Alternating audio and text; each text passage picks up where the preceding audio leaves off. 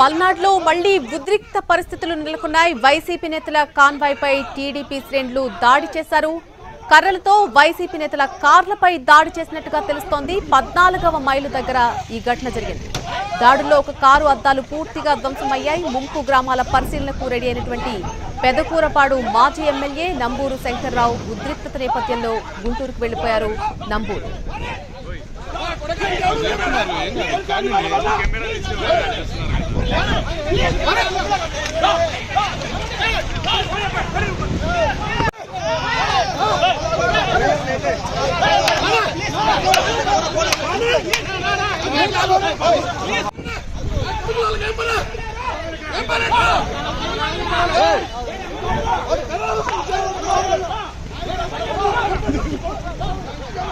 పల్నాడులో మళ్లీ ఉద్రిక్త పరిస్థితులు చోటు చేసుకున్నాయి. వైసీపీ నేతల కాన్వాయ్పై టీడీపీ శ్రేణులు దాడి చేశారు. కర్రలతో వైసీపీ నేతల కార్లపై దాడి చేశారు. 14వ మైల్ దగ్గర ఈ ఘటన జరిగింది. దాడుల్లో ఒక కారు అద్దాలు పూర్తిగా ధ్వంసమయ్యాయి. ముంపు గ్రామాల పరిశీలనకు రెడీ అయ్యారు పెదకూరపాడు మాజీ ఎమ్మెల్యే నంబూరు శంకర్రావు. ఈ ఉద్రిక్తతల నేపథ్యంలో ఆయన గుంటూరుకు వెళ్లిపోయారు.